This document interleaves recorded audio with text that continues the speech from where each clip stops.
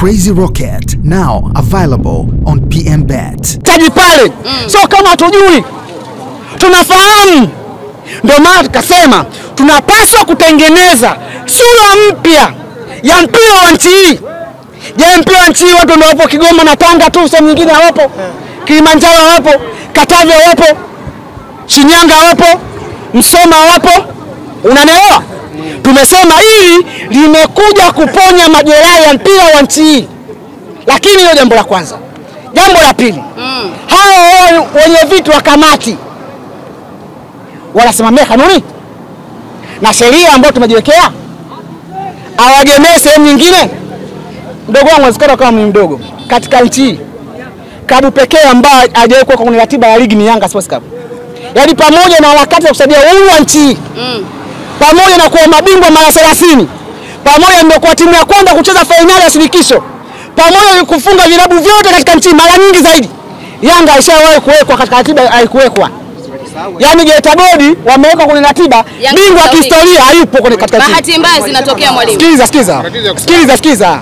Unaweza ukasahau wote, lakini hauwezi kumsahau baba mwenye nyumba nyumbani. Mkuu wa kaya unamsahau vipi? Sheria namba 1 kokote duniani anaulizwa mkuu wa kaya. Yanga ni mkuu wa kaya. Mkuu wa kaya anasahaulika, anaenda kutambulika katimu kadogo, halafu unasema eti wamejisahau. Unasahau Yanga na historia ya uhuru wa nchi. Unasahau Yanga na historia ya mpira wa nchi. Unasahau Yanga na makombe yake yote. Au pasu kukaa kama unasahau Yanga. Kama unasahau Yanga, je, hipo si unaweza kumsahau rais wa nchi? Ndio tafsiri yake. Mkubwa katika nchi hii namba 1 ni rais. Haipaswi mtu kumsahau rais katika jambo lolote. Haipaswi katika mpira nchi hii kumsahau Yanga au Afrika leo eti wamsahau national na ukubwa wake na vikombe vyake. Au wao waseme tunamsahau ya Madini na ukubwa wake na vikombe vyake. Wewe utakuwa ni mwenda wazimu. Au Uingereza msahau Manchester au Liverpool na ukubwa wake na vikombe vyake. Ndio maana tukasema tunahitaji kuponya majeraha ambayo ya muda mrefu. Na Yanga anakuwa bingwa ni kwa sababu anawekeza. Tunahangaika kutafuta wachezaji wakubwa kina Stefano Aziki na Pakome. Tunaoana na vilabu vikubwa duniani kuwaleta hapa akaiza Tanzania. Wapuuzi hawa kina Deriki wanasema ni mfanikia karia. Kwani mwalimu Godi haijawahi kuwafanyia lolote jema? Maana yake mmekuwa mkiongelea mambo hasi tu kuhusu. Kwanza ukisema hajawahi kufanya jambo jema, kuna wajibu na haki yake. Yaani leo baba wako, yaani baba wako leo ayakusomesha tu shule ni jambo jema. Ni haki yake ya msingi. Lakini kuna wengine wanashika. Nasikia kunaelewa. Kuna haki na wajibu. Baba wako akishinda kukulisha kisheria hapaswi kwa baba kwa sababu anapaswa kwa kuzaa manake akulishe. Yaani tunawalipa fedha kwa sababu pale unakani kwa kodi zetu sisi. Unaelewa? Wao ni wajibu wao kuyatenda hayo. Sio hombi. Yaani eti leo unasema eti hapana, ni wajibu, tunawalipa kodi. Wanapaswa kutoa huduma ambayo tumeweka pale. Kama washinda kufanya hizo huduma maana ni waondoke. Ndio wameshinda, ndio maana tumesema waondoke. Sasa tutakachukuliza kidogo mdogo wangu. Urais wa TFF unalipwa? Urais wa TFF unalipwa? Kwa madai yake anasema anasema kwa madai yake hakuna chochote. Kama sehemu ulipwi, si unaweza kuondoka? Sio pati chochote. Yaani mimi kwa mfano unafanya media hapa.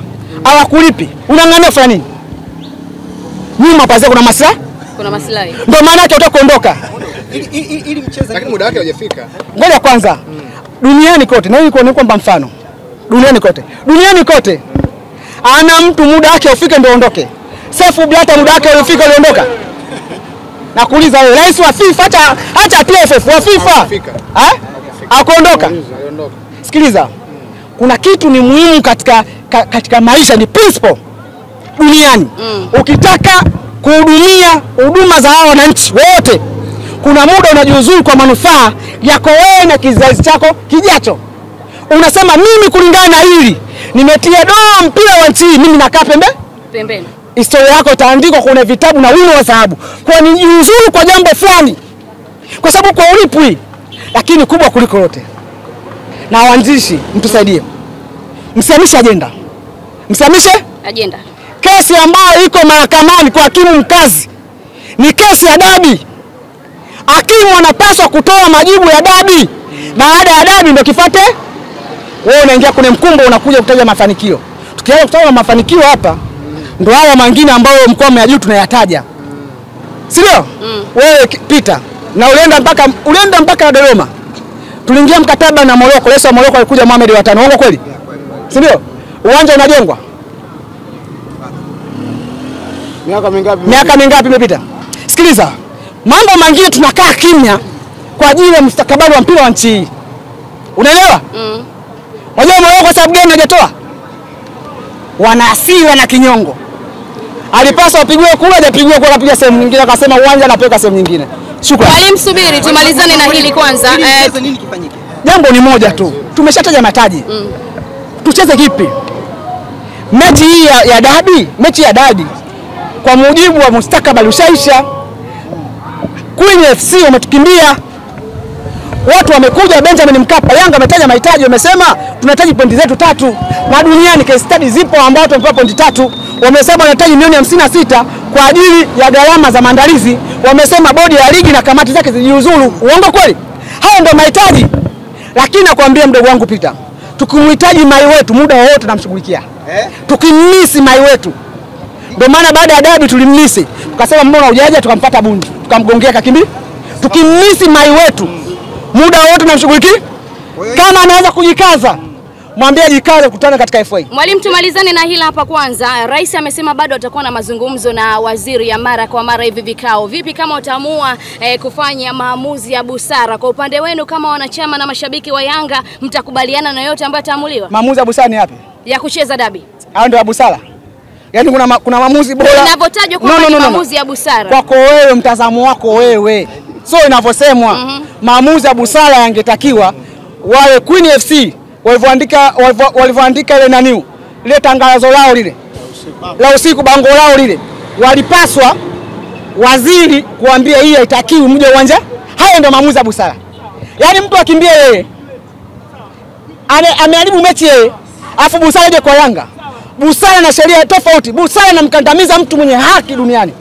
Hakuna busara ambayo inamnufaisha mtu ambaye mwenye haki, haijawahi kutokea duniani. Ukiambiwa maamuzi ya busara, maana yake mwenye haki anakandamizwa. Ndio maamuzi ya busara.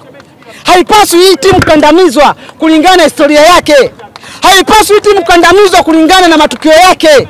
Haipaswi kukandamizwa kwa sababu ni mara ya kwanza wewe Mangungu na wewe jaribu tena unaenda Ikulu kwa ajili ya Yanga. Au umesahau nyie? Wasije kanyaga Ikulu. Wangeiona tu. Hata wewe Peter ulienda Ikulu kwa ajili ya sasa mtu tangu ameumbwa kule tumbo la mama yake aje kanyaga Ikulu. Yanga amekusaidia kuenda Ikulu.